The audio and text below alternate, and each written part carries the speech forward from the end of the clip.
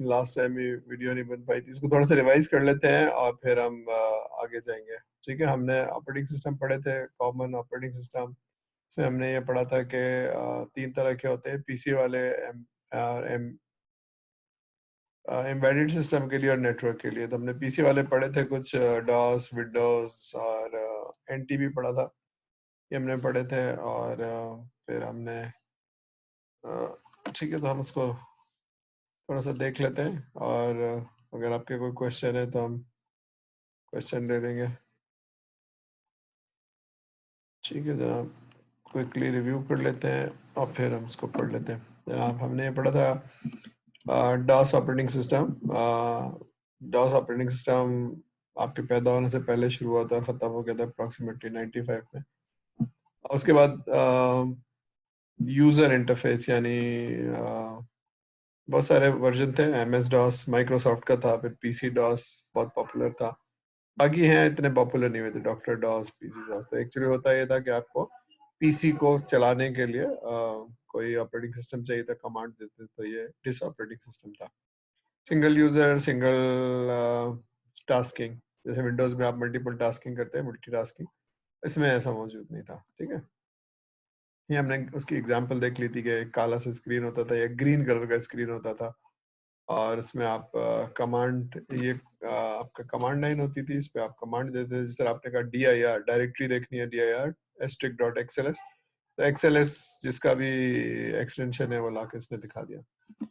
ठीक है, फिर आपने कमांड कॉपी, मैंने बताया था सोर्स एंड डेस्टिनेशन, तो देखिए उसकी पूरी लिखी हुई है, कमांड कॉपी पूरे कौन सी जगह से, और इसकी ऑप्शन लिखे हुए हैं, फिर ये सोर्स एंड डेस्टिनेशन सारे ऑप्शन लिखे हैं। फिर हमने ये पढ़ा था कि जनाब इस तरह से कोई भी चीज़ आपको दिखानी हो स्क्रीन पे, तो आपको बकायदा प्रिंट वाला ऑप्शन दिखना पड़ता है, कि जो जिस तरह से आप किसी प्रिंटर में प्रिंट करते हैं, इसी तरह से स्क्रीन पे उसको प्रिंट करते हैं। और आप कुछ कैरेक्टर यूज कर रहे हैं खाने बनाने के लिए या बॉक्स बनाने के लिए। ठीक है, ये ऐसा होता नहीं, यानी ये जस्ट एक स्क्रीन है और इसमें कोई ग्राफिक्स नहीं है, यानी कोई आप लकीर नहीं खींच सकते, कोई ये नहीं कर सकते। देख रहे हैं आप, एक टेक्स्ट है जिसको उन्होंने यूज किया हुआ है। माइक्रोसॉफ्ट, ये मैंने एक स्लाइड ऐड कर दिया, किसी ने मुझसे पूछा था कि कब लॉन्च हुई थी, तो ये जनाब 1990s में हुई थी। और ये था कि it was not a operating system actually, actually it was like rather a graphical operating environment to run the DOS। यानी DOS की जो भी कमांड आप चला रहे होते थे वो पहले आप मैनुअली चलाते थे या कमांड कॉम पे चला रहे होते थे। तब ये होता है कि कमांड कॉम पे आप चला रहे हैं तो आपको कमांड्स याद करने की जरूरत नहीं है। एक एक स्टेज ऐसा आया था कि जब आप कंप्यूटर जिसको चलाना हो उसको कंप्यूटर की नॉलेज ज्यादा होनी चाहिए, जबकि मैकिन्टॉश में यह था कि बहुत सारी चीजें विंडोज के थ्रू हो जाती थी। आपको बहुत सारी चीजें, जैसे अभी आप अगर कोई बच्चा है वो मोबाइल फोन यूज कर रहा है, तो हर चीज ग्राफिक है, जरा से इधर उधर करके चला जाता है। लेकिन पिछले 30 सालों पहले या 25 साल पहले ये था कि आपको कमांड्स याद होनी चाहिए, आपको पता होना चाहिए प्रॉम्प्ट क्या है, और फिर आप ये करते थे। जिस ऑपरेटिंग सिस्टम में कंप्यूटर लिटरेसी चाहिए होती थी, तो कंप्यूटर लिटरेसी ना चाहने के लिए आपने क्या किया, डॉस को पीछे लेकर एक ऑपरेटिंग एनवायरनमेंट विंडोज वाली, ठीक है, वो आपके पास आ गई। तो it was not an operating system, rather है ग्राफिकल ऑपरेटिंग एनवायरनमेंट। ठीक है, फिर ये हमने पढ़ लिया था। ठीक है, तो हमने देखा था कि जनाब ये विंडोज को विंडोज कहते ही इसीलिए। अच्छा, ये बात याद रखिए कि डॉस का वर्जन 1 था, 2 था, और 2.9 तक था शायद। उसके बाद फिर विंडोज आ गई थी। विंडोज को विंडोज इसलिए ही कहते हैं कि देख रहे हैं आप, ये एक बड़ी सी स्क्रीन है, उसमें आपने प्रेस किया तो ये खिड़कियां बन गई। फाइल मैनेजर को प्रेस किया तो नीचे फाइल मैनेजर आ गया। देख रहे हैं आप, ये तो बहुत सारी विंडोज थी, और इसको 3 से शुरू किया था, फिर 3.1 पे चले गए थे क्योंकि 90s में था। तो उसके बाद फिर हमने 90s विंडोज 95 चलाई, फिर ये 3 और 5 वाला वर्जन जो था ना, माइक्रोसॉफ्ट ने खत्म कर दिया, उसके बाद ये वाला ऑप्शन आ गया। ठीक है, तो 3 आया, 3.1 आया, फिर उसके बाद 2-3 साल के बाद विंडोज 95 आ गया। तो 95 के बाद 98 आया था। ठीक है, तो इसमें बहुत सारे सॉफ्टवेयर जो थे वो इंटीग्रेटेड नहीं थे, यानी अगर आपने एमएस ऑफिस यूज किया है, तो पहले एमएस ऑफिस नहीं होता था, पहले वर्ड अलग होता था। जैसे आप टाइपराइटर यूज करते हैं, वर्ड अलग होता था।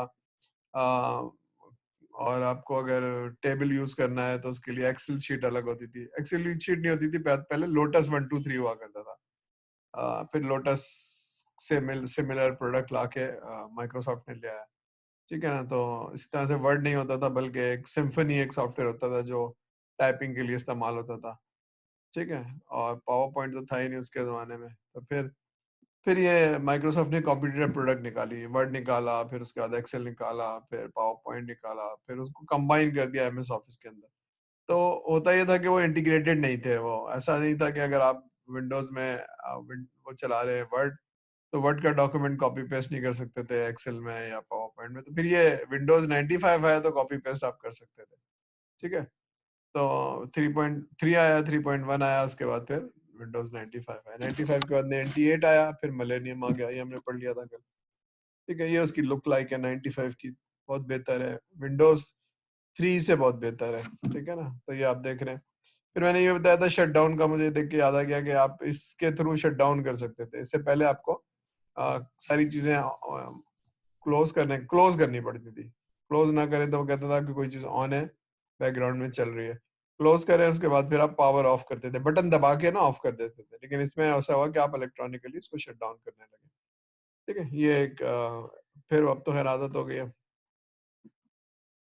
विंडोज 95 आया, 95 के बाद 98 आया, ठीक है। उसके बाद मिलेनियम आ गया। मिलेनियम यानी ईयर 2000 में बहुत सारी चीजें हुई थी, सेंचुरी की वजह से, सेंचुरी चेंज हो रही थी, ठीक है। फिर एक चीज ध्यान में रखिए, माइक्रोसॉफ्ट की थोड़ी सी हिस्ट्री या बिल गेट की थोड़ी सी हिस्ट्री, कि बिल गेट ने ऑपरेटिंग सिस्टम बनाया था, फिर उसके लिए उसको कमांड को हम याद ना रखने पड़े, उसके लिए विंडोज 3 ले आए थे। लेकिन कोई मल्टी यूजर ऑपरेटिंग सिस्टम नहीं था उनके पास, ठीक है ना। और उनके पास कोई डेवलपमेंट एनवायरनमेंट भी नहीं थी, ठीक है ना। कोई डेटाबेस नहीं थी, कोई टूल नहीं थी। इतनी बड़ी कंपनी है और पैसा बहुत है, तो इन्होंने फिर इन चीज़ों पे काम किया। तो फिर क्या हुआ, एक ऑपरेटिंग सिस्टम इन्होंने निकाला जो कि मल्टी प्रोसेसिंग और मल्टी यूजर था, ठीक है ना। इससे पहले सिंगल यूजर और मल्टी प्रोसेसिंग यानी छोटे कंप्यूटर्स के लिए था, बड़े कंप्यूटर्स के लिए था ही नहीं। तो इन्होंने विंडोज एनटी निकाला। विंडोज एनटी में भी कहते हैं कि जरा वो डेक का एक सिस्टम था। एक डेक बहुत मशहूर कंपनी होती थी, जिस तरह माइक सन है, एचपी है या डेल है, इस तरह की एक बहुत बड़ी कंपनी होती थी जो मिनीज बनाती थी। फिर वो आउट ऑफ बिजनेस हो गई, फिर वो खत्म हो गई। डेक, डीईसी नाम था। तो उसका ऑपरेटिंग सिस्टम विंडोज ने उठा लिया और उसको ऊपर से ग्राफिक बना के और उसको विंडोज एनटी कह दिया। ये बात इसलिए कहते हैं कि उसके जो एरर्स आते थे वो डेक से सिमिलर थे, ठीक है। तो बहरहाल ये एक मल्टी प्रोसेसर बनाया, ऑपरेटिंग सिस्टम बनाया जो कि यूनिक्स जैसा था, ठीक है। तो एनटी वाज फर्स्ट 32 बिट, लेकिन उसके बाद फिर वो पुराने सिस्टम को भी कंपेटेबल था, यानी 16 को भी और 3.1 जो पुराने थे उनको भी बैकवर्ड कंपेटेबिलिटी, उनसे भी कंपेटेबल था, ठीक है। विंडोज एनटी ये था जनाब, पावरफुल सिस्टम था। अच्छा, एक चीज ध्यान में रखिए, जैसे अगर हमने याद आया कि आईसीटी की क्लास की शुरू में हमने पढ़ा था कि बड़े कंप्यूटर पावरफुल होते हैं और उनके पास वो सर्विस दे रहे होते हैं, तो इसलिए वो सर्वर्स कहलाते हैं जो आप मांगते हैं उनसे, ठीक है। तो मल्टी यूजर और सर्विस दे रहे होते हैं, लेकिन जो आप जिससे आप एक्सेस कर रहे होते हैं आप उसको वर्क स्टेशन कहते हैं, ठीक है, या क्लाइंट कहते हैं। तो क्लाइंट की विंडोज अलग थी और सर्वर की विंडोज अलग थी, क्योंकि जाहिर सी बात है यहाँ से आपने रिक्वेस्ट भेजनी है और बहुत लिमिटेड काम करने हैं। लेकिन सर्वर तो बहुत पावरफुल होना चाहिए ना, इसमें मल्टी यूजर होना चाहिए, जो लोग आए उनको एंटरटेन कर सकें और प्रोसेसर को डिवाइड कर सकें। तो there are two version of NT, ठीक है ना। तो एक सर्वर होता था विंडोज एंटी सर्वर और विंडोज एंटी वर्क स्टेशन। अगर आपने अपने कंप्यूटर पे इंस्टॉल करना है तो इसके लिए वर्क स्टेशन इंस्टॉल करेंगे, एंटी वर्क स्टेशन। लेकिन जो सर्वर है जो 100 लोगों को या 500 लोगों को सर्विस दे रहा है, उसके ऊपर विंडोज एंटी लगेगा, ठीक है। ये एक इसमें डिफरेंस था। ये अब हमने देख लिया था इसको। कोई क्वेश्चन नहीं है, क्वेश्चन है तो पूछ लीजिएगा। I am going a bit fast क्योंकि हमने पढ़ लिया था, ठीक है। फिर विंडोज 90s का जो जमाना था उसमें विंडोज आई थी, उसके बाद विंडोज 95 और 98 आया था, और उसके बाद मिलेनियम आया था। उसके बाद फिर माइक्रोसॉफ्ट ने स्ट्रेटेजी चेंज की और ऑपरेटिंग सिस्टम से निकल के, यानी डेस्कटॉप ऑपरेटिंग सिस्टम से निकल के ये फिर आए थे कि जो डेवलपमेंट एनवायरनमेंट है, ठीक है ना। तो जिसमें बहुत सारी चीज़ें जो पहले नहीं हुआ करती थी वो आ गई। एप्लीकेशन सॉफ्टवेयर चले और उससे बातचीत करे, तो डेवलपर्स के लिए उन्होंने फिर डेटाबेस बनाया और एक लैंग्वेज बनाई, ठीक है। तो MS SQL जिसे कहते हैं, और फिर .NET से स्टार्ट किया, फिर उसके बाद और भी टूल आए, ठीक है। तो ये सारा कुछ किया, ठीक है। और विंडोज 2000 में एक बात और भी थी, एक तो ये सारी चीज़ें थी, और दूसरा ये था कि वो सिंगल प्रोसेसर से निकल के मल्टी प्रोसेसर, यानी अगर आपके पास अगर एक से ज़्यादा प्रोसेसर और आप लगाना चाहते हैं तो भी आप कर सकते हैं। पहले वाले ऑपरेटिंग सिस्टम में ऑप्शन नहीं था,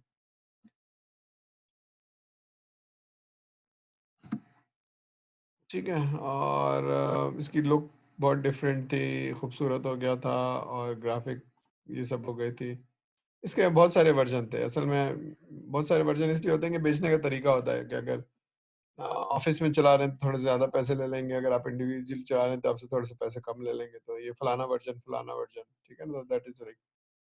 digital multimedia support was enhance, और याद है हमने बात की थी कि शुरू में पहले टेक्स्ट हुआ करता था, फिर उसके बाद तस्वीरें आई, उसके बाद फिर वॉइस आई, और फिर उसके बाद बहुत सारी चीजें आ गई, ठीक है ना। Communication was enhanced. अच्छा, कम्युनिकेशन इनहांस क्यों हुआ था? अ, पहले जो पैकेटिंग होती थी या जो डेटा ट्रांसफर होता था, यानी अगर आप जो कुछ मैं कह रहा हूँ वो सिर्फ टेक्स्ट भेज सकता था, इस तरह की पैकेट स्विचिंग होती थी।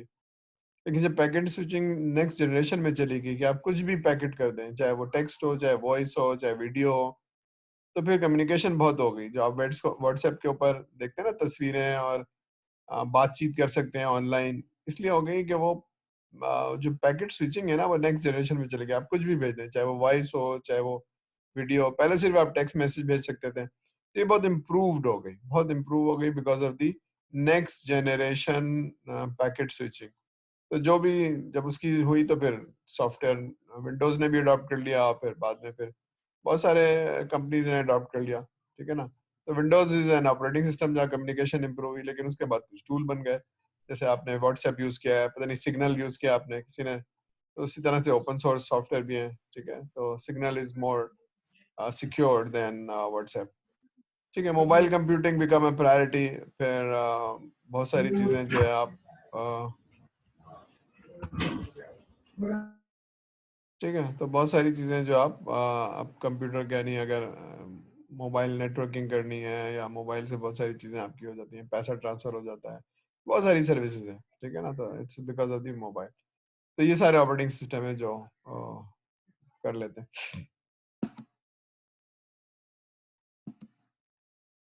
ठीक है। तो इसका ग्राफिक इंटरफेस बहुत अच्छा है, प्लेन।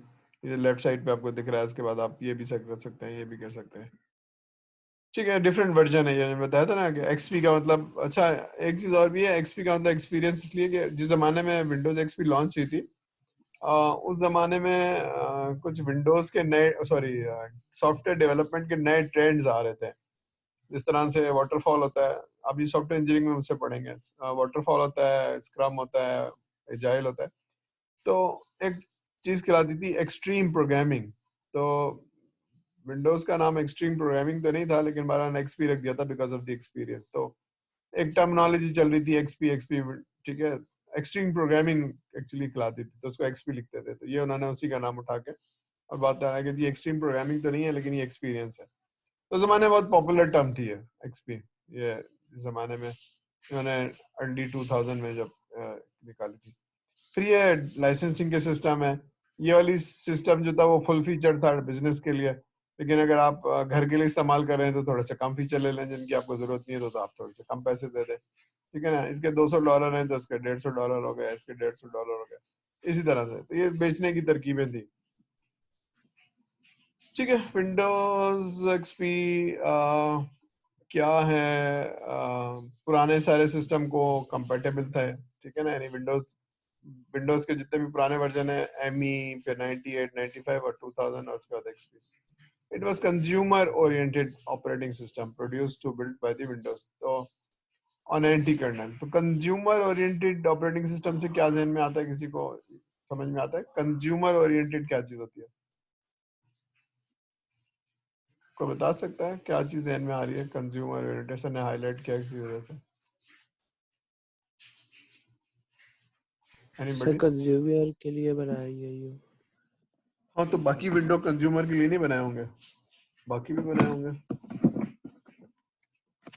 हाँ इसका मतलब ये है, देखिए कंज्यूमर ओरिएंटेड का मतलब बनाया तो कंज्यूमर के लिए था, लेकिन जब कंज्यूमर कोई प्रोडक्ट यूज करने लगता है तो फिर कुछ कहता है, फिर वो आपसे डिमांड करता है। ठीक है, तो डिमांड कहता है अगर इसमें ऐसे नहीं हो सकता, इसमें ऐसे नहीं हो सकता, इसमें ऐसे नहीं हो सकता, तो बहुत लंबी सारी डिमांड आती है कि जनाब इसमें बहुत सारी, तो जब उन्होंने यूज किया तो लॉट्स ऑफ थिंग्स कि भाई इसमें ऑपरेटिंग सिस्टम के अलावा ये भी होना चाहिए, ये भी होना चाहिए, ये भी होना चाहिए। बकायदा सर्वे होते थे, विंडोज जो है ना बड़े बड़े उसमें जाता था एग्जीबिशंस के अंदर, और वहाँ खवातीन खड़ी होती थी कि आपको और क्या चाहिए माइक्रोसॉफ्ट से, और क्या, तो एक्सपेंशन का एक पूरा प्लान था। तो कंज्यूमर ने बहुत सारी चीजें बताई उनको, तो कंज्यूमर ने जो जो चीज बताई उसकी बहुत सारी चीजें उन्होंने की, और फिर वो यही होता है ना फीडबैक, जैसे आप किसी रेस्टोरेंट में खाना खाएं तो आके पूछता है कैसा लगा, सर्विस कैसे लगी, खाना कैसे लगा, तो अगर कोई वीकनेस है तो हम उसको दूर करें। तो वहां पर भी ऐसा था कि बड़े बड़े जगहों पर आप किसी जीटेक्स में या कहीं जाएं तो वहाँ वो बकायदा सर्वे करने वाले खवातीन कहना है 15 मिनट्स 10 मिनट्स, फिर वो आपको कोई प्रेजेंट भी देती थी और वो आपसे सवाल करती, तो फिर ये वो था कंज्यूमर की जो फीडबैक था उसको उन्होंने इसमें डाला, तो दैट वाज कंज्यूमर की रिक्वायरमेंट। ठीक है, ठीक है, क्लियर हो गई बात। विंडोज विस्टा फिर होता क्या है कि आप हर थोड़े सालों बाद एक नया ऑपरेटिंग सिस्टम निकालते हैं, क्यों निकालते हैं? एक तो उसमें जो पिछले पुराने वाले बग्स होते हैं वो रिजॉल्व करते हैं, या कोई नई चीज आती है उसको रिजॉल्व करते हैं, लेकिन एक वजह ये होती है नए सिस्टम निकालने की कि अगर आपने पुराना सिस्टम रिसोर्स हंग्री नहीं है, नया सिस्टम रिसोर्स हंग्री नहीं है और नया हार्डवेयर नहीं मांगता, तो फिर वो पुराने सिस्टम पे आप लगाते जाएंगे। तो इन लोगों की एक नेटवर्किंग होती है, सॉफ्टवेयर बेचने वालों की और हार्डवेयर बेचने वालों की, अलग अलग नहीं होते, एक ही लोग होते हैं। यानी अगर डेल बेचना है तो डेल निकालने से पहले आपको विंडोज दे देता था कि भाई आप अपने हिसाब से इसको कॉन्फ़िगर कर लें। ओईएम सिस्टम कहते थे, ओईएम, यानी जो प्रोडक्ट ओरिएंटेड होती थी। यानी विंडोज को मसला ही नहीं होगा किसी भी सिस्टम पे चलाने के लिए, क्योंकि वो जो सिस्टम चल रहा है उस पर पहले से लोगों ने टेस्ट किया हुआ है, मैन्युफैक्चरर ने टेस्ट किया हुआ है। तो मगर ये कहते थे यार हमारा सिस्टम तो बिकेगा नहीं, तो आप ऐसा करें रिसोर्स हंगरी बनाएं, यानी आप बताएं कि अगर अगर आपको ये चलाना है विंडोज एक्स एक्सपी या वेस्टा या 2000, तो आपको हार्डवेयर खरीदना पड़ेगा, रैम बढ़ानी पड़ेगी, कार्ड लगाना पड़ेगा, ये करना पड़ेगा। तो आप किसी ना किसी तरह से चला लेते हैं, लेकिन फिर आप कहते हैं यार साल भर के बाद यार नया सिस्टम खरीद लो। समझ रहे हैं आप? तो ये कंटिन्यूअस बिजनेस है, यानी आप नया वर्जन निकालें हर दफा, और आपके यहाँ, ठीक है, जैसे आपके पास मोबाइल फोन है लेकिन आप कहते हैं यार नया वर्जन है, बस ये इंसान की फितरत है कि नया वर्जन चाहिए उसको, तो उसके लिए फिर वो हार्डवेयर भी नया खरीदेगा। ठीक है, तो ये वो वाली चीजें थी, मोर बिजनेस। उसमें एडिशन होती थी लेकिन कोई ऐसी चीज नहीं थी कि जो आपको जरूरत ना हो, जरूरत हो एक्चुअली। ठीक है, तो आप अपने आप को देखें तो आप ये देखेंगे मेल भेजनी है और कोई वेबसाइट देखनी है और टाइपिंग करनी है, बस यही करना है ना, अनलेस के यू आर ए डेवलपर। तो डेवलपर है तो उसके लिए एक अलग मशीन चाहिए, तो ऑफिस में या जो भी घर में है तो उसके लिए इतना पावर नहीं चाहिए। Otherwise you don't need a very hi fi powerful machine, सिवाय इसके कि आप कोई बहुत ग्राफिक एनिमेटेड गेम्स खेलते हो। बनाना एक अलग बात है, खेलना एक अलग बात है। ठीक है, विंडोज में सिक्योरिटी के बहुत इश्यूज थे, इसमें वायरस बहुत आते थे, इसमें हैकिंग हो सकती थी, इसमें बहुत सारी चीजें होती थी। ठीक है ना, तो लूप खोलते। ठीक है, तो इसमें फिर आप आपका डेटा सिक्योरिटी डेटा हैक हो जाता था, तो इसको फिर उन्होंने एनहांस किया बहुत विस्टा के अंदर। ठीक है, और फिर हाई सिस्टम रिक्वायरमेंट यानी सिस्टम क्रंच, यानी रिसोर्स ज़्यादा चाहिए थी इसको, यानी आपको अगर आपके पास एक पुराना सिस्टम है तो उस पर ये नहीं चलेगा या स्लो हो जाएगा। ठीक है, तो आप रैम बढ़वाएं फलाना करें, तो अल्टीमेटली आपको सिस्टम चेंज करना पड़ता था। ठीक है भाई, यूनिक्स वो पावरफुल सिस्टम था जो एक्चुअली बना ही इसीलिए था। ठीक है ना, एक कॉन्सेप्ट ये था कि जनाब मल्टी यूजर और मल्टीटास्किंग के लिए बनाया गया है। तो बहुत सारे पीएचडी डॉक्टर्स बैठे और उन्होंने, जैसे हमने याद है हमने पढ़ा था इंटरनेट कैसे बना था कि आपने शेयरिंग करनी है जनाब, रिसर्च को शेयर करना है, तो एक रिसर्च दूसरे से रिसर्च से शेयर होता है। एक्चुअली बैकग्राउंड पे यही था कि शेयरिंग होगी कैसे, एक कंप्यूटर दूसरे कंप्यूटर से कैसे कनेक्ट होगा। तो उसके लिए केबल चाहिए, यानी एक यूनिवर्सिटी से दूसरे केबल कनेक्शन चाहिए, और फिर ऑपरेटिंग सिस्टम चाहिए जो कनेक्ट करेगा। ठीक है, तो operating system multi user and multitasking होना चाहिए और कनेक्टिविटी होना चाहिए। तो इंटरनेट के लिए ये सारी चीजें बैकग्राउंड में थी, तो इसलिए मैं कहता हूँ मिशन क्रिटिकल में विंडोज का ऑपरेटिंग सिस्टम नहीं था, ये सिस्टम बने ही इसीलिए थे कि बहुत सारे लोगों को कनेक्ट करना है, ठीक है ना। तो बहुत सारे लोगों को कनेक्ट करने के लिए आपको बनाया सिस्टम था। तो इंटरनेट की जो कनेक्टिविटी थी उसमें यूनिक्स ऑपरेटिंग सिस्टम या सन का micro system had played a role, ये उसके पार्ट थे समझ लीजिए, ठीक है ना, बने ही इसीलिए थे। तो बाद में बहुत पावरफुल हो गए, ये बात है 69 70s की, ठीक है। तो फिर तो 10 साल में 70s 80s में बहुत पावरफुल हो गया था ये, ठीक है। तो ये इंटरनेट अगर आपको याद हो, नेटवर्किंग, तो ये पहला पार्शल था नेटवर्किंग का, यानी विद इन बिल्डिंग या एक बिल्डिंग से दूसरी बिल्डिंग, लेकिन फिर उसको इंटरनेशनली बनाने के लिए भी इसमें ऑपरेटिंग सिस्टम ने बहुत रोल प्ले किया, ठीक है। Multitasking where each it was first operating system that was written in high level language, ठीक है, मशीन लैंग्वेज में नहीं लिखा गया था, इसलिए इसको ये बहुत पॉपुलर था, क्योंकि लोग प्रोग्रामर जो है इसको चेंज करें सी लैंग्वेज, ठीक है ना। तो I started my career with Unix, इसलिए मेरा एक पसंदीदा वो है।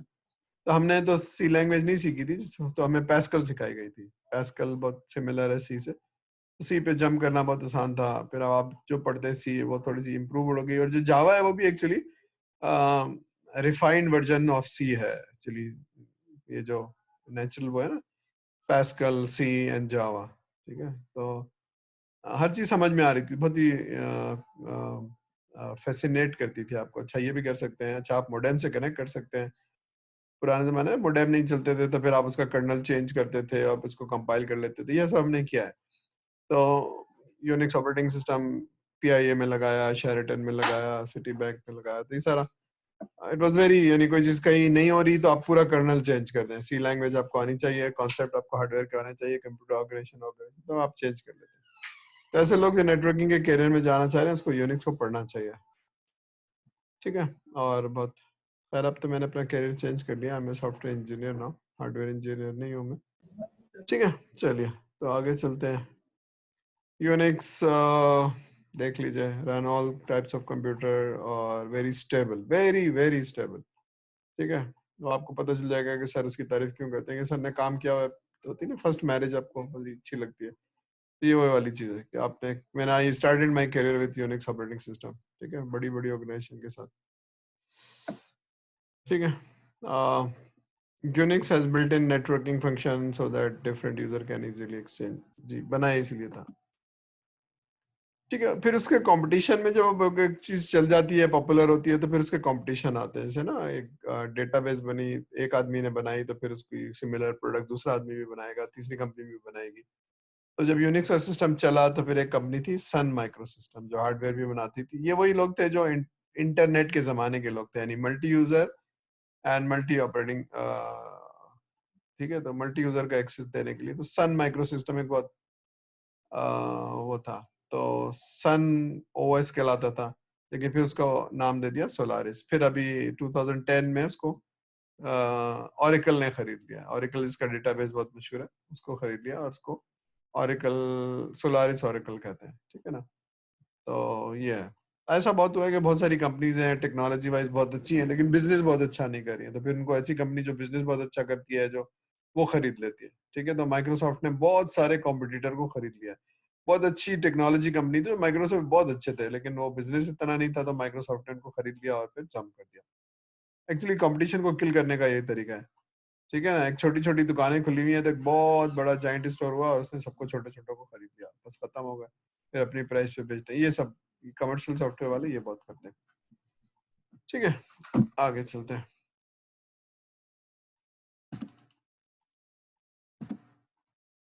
ये हमने देख लिया था, सन सोलारिस, लाइनक्स। अच्छा मैंने एक स्लाइड ऐड किया है लाइनक्स के ऊपर, ये देखिए, ये लाइनक्स ऐड की कि लाइनक्स का एक्चुअली ये लिनक्स नहीं है, इसको लाइनक्स कहते हैं। लाइनक्स क्योंकि लाइनस, अब मुझे याद आया कि जो जिस आदमी ने अकेले बनाया था उसका नाम लाइनस टॉरवाल्ड्स था, और ये फिनलैंड का आदमी है, और he was a software engineer. तो इसने क्या किया था कि यूनिक्स का एक मिनी वर्जन बनाया था, यूनिक्स का मिनी वर्जन बनाया था, मिनी ऑफ यूनिक्स, इसका नाम रखा था मिनिक्स। बनाया था उस कर्नल, और फिर उसने फिर लोगों को दिखाता था, फिर लोग उसको क्रिटिक करते थे, यानी बताते इसमें ये गलती है, तो फिर उसको सही करता था। शेयरवेयर पे डाला था इसने, फ्री देता था। तो फिर वो बहुत पॉपुलर हुआ लिनक्स का कर्नल, और लोगों ने यूज किया, और फिर उस पर ऑपरेटिंग सिस्टम पूरी पूरी कंपनी बन गई, रेड हैट की कंपनी बन गई, यूबंटू बन गई इसके ऊपर। ठीक है, तो लाइनिक्स, लिनक्स नहीं कहते इसको, लाइनिक्स कहते हैं एक्चुअली, लाइनिक्स कर्नल इस आदमी ने बनाया था, लाइनस ने। ठीक है, गिटहब जिसने नाम सुना होता है, गिटहब भी Linus also created the distribution revision control या वर्जन कंट्रोल। ठीक है ना, सॉफ्टवेयर इंजीनियरिंग में पढ़ेंगे कि सॉफ्टवेयर जो आप बनाते हैं उसका वर्जन बनता है एक, यानी अगर आपकी टीम है 100 लोग हैं, तो जब भी इसका वर्जन चेंज होगा तो उसको आप किसी तरह से कंट्रोल करते हैं सॉफ्टवेयर के वर्जन्स को। ठीक है, तो वो आप गिट के थ्रू कर सकते हैं। ये सारे देखे ना आप, एक एक आदमी ने। तो फिर इसके बाद फिर वो ओपन सोर्स शुरू हुआ और सारा कुछ हुआ। ठीक है, ये वर्जन है रेड हैट। अब ये बना हुआ तो लाइनक्स के उस पे है, लेकिन उन्होंने अब एक अलग कंपनी बना ली है जिसको कमर्शियल प्रोडक्ट हो गई है। ठीक है, लेकिन बाकी कमर्शियल प्रोडक्ट नहीं। Ubuntu is not a, Ubuntu के कुछ वर्जन है जो कमर्शियल प्रोडक्ट हैं, लेकिन कुछ नहीं है। फिर गेंटो लाइनक्स है, स्लैकवेयर लाइनक्स है, ठीक है ना, सूसी है, अभी सारे हैं। तो Ubuntu is very popular on desktop. ठीक है, डेस्कटॉप में बहुत पॉपुलर है, इसमें ओपन सोर्स की चीजें बहुत चलती हैं। यूबंटू को मैंने ये डाल दिया है कि Ubuntu is a Linux distribution.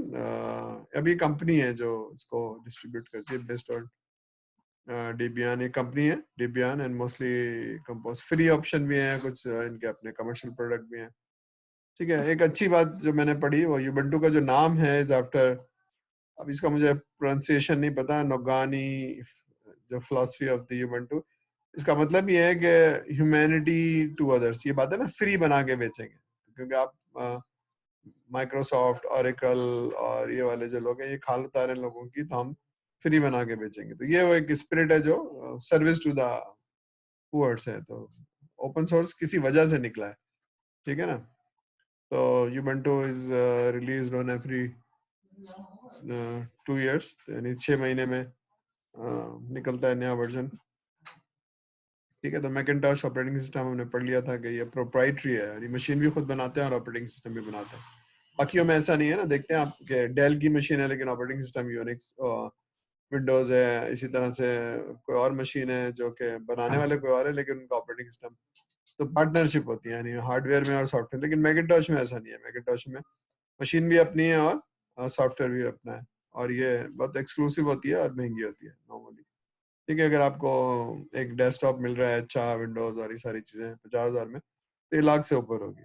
ठीक है, यहाँ तक हमने पढ़ लिया था। ठीक है, तो इंट्रोड्यूसिंग फलाना फलाना, तो ये इसकी ग्राफिक्स बहुत अच्छी होती है, इसकी जो एब्जॉर्बिंग इसमें चीजें बहुत अच्छी होंगी। बहुत पुराना हो गया ना ये, 30-40 साल से। Networking operating system features, fast stable, runs on server. ठीक है, रन्स ऑन सर्वर, अब सर्वर आपको पता होगा, सर्वर होते हैं और क्लाइंट्स होते हैं। ठीक है, अब ये नेटवर्क में ये सारी चीजें होनी चाहिए, फास्ट होना चाहिए। सिक्योरिटी एक बहुत बड़ा इशू है। ठीक है, क्योंकि अगर आप नेटवर्किंग कर रहे हैं और आप किसी ऐसे सिस्टम पे लॉग इन हो रहे हैं जो पाकिस्तान में नहीं है, कहाँ है, और उस पर आपका डेटा पड़ा हुआ है, तो ये जो भी है, तो डेटा इज, क्योंकि ऐसे ही होता है ना, यानी स्नूपिंग या हैकिंग ऐसे ही है ना। ठीक है, तो सिक्योरिटी इज ए कंसर्न। पूरे पूरे इलेक्शन देख रहे हैं ना आप, हैक हो गए, कहते हैं ना, रशिया ने हैक कर दिए थे पूरे रिजल्ट्स, कहाँ के, अमेरिका के। एंटी सर्वर, ये भी ऑपरेटिंग सिस्टम को देख रहे हैं, सेम एज एक वर्जन था हमारा डेस्कटॉप और दूसरा है कौन सा, तो same as NT work station, लेकिन एंटी सर्वर में क्या है, सिक्योरिटी बहुत हाई है, मल्टी यूजर कैपेबिलिटी है। रेट सपोर्ट, रेट का नाम सुना है, what is RAID? RAID support included, किसी को मालूम है व्हाट इज रेट? इसको मैं हाईलाइट कर दूं।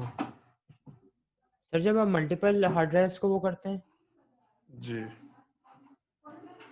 जी जी, अगर आपको याद हो हमने पढ़ा था कि सर्वर में क्या होना चाहिए, एक तो पावर ज्यादा होनी चाहिए, फिर उसका हार्डवेयर ऐसा होना चाहिए जो डाउन नहीं हो, क्योंकि बहुत सारे लोग एक्सेस कर रहे हैं तो उसको अफोर्ड नहीं करेंगे कि ये खराब हो जाए। ठीक है ना, तो खराब ना होने के लिए हमने कहा हार्ड डिस्क को पेयर्स में लगाते हैं। तो ये टेक्नोलॉजी है जो कि आप उसको रिडंडेंट कर देते हैं या अवेलेबिलिटी उसकी हाई कर देते हैं। तो रेड भी एक टेक्निक है जिसमें आप मल्टीपल हार्डवेयर लगा लेते हैं, चाहे वो हार्ड डिस्क हो, चाहे वो पावर सप्लाई हो। तो ये वो टेक्निक्स हैं, ठीक है।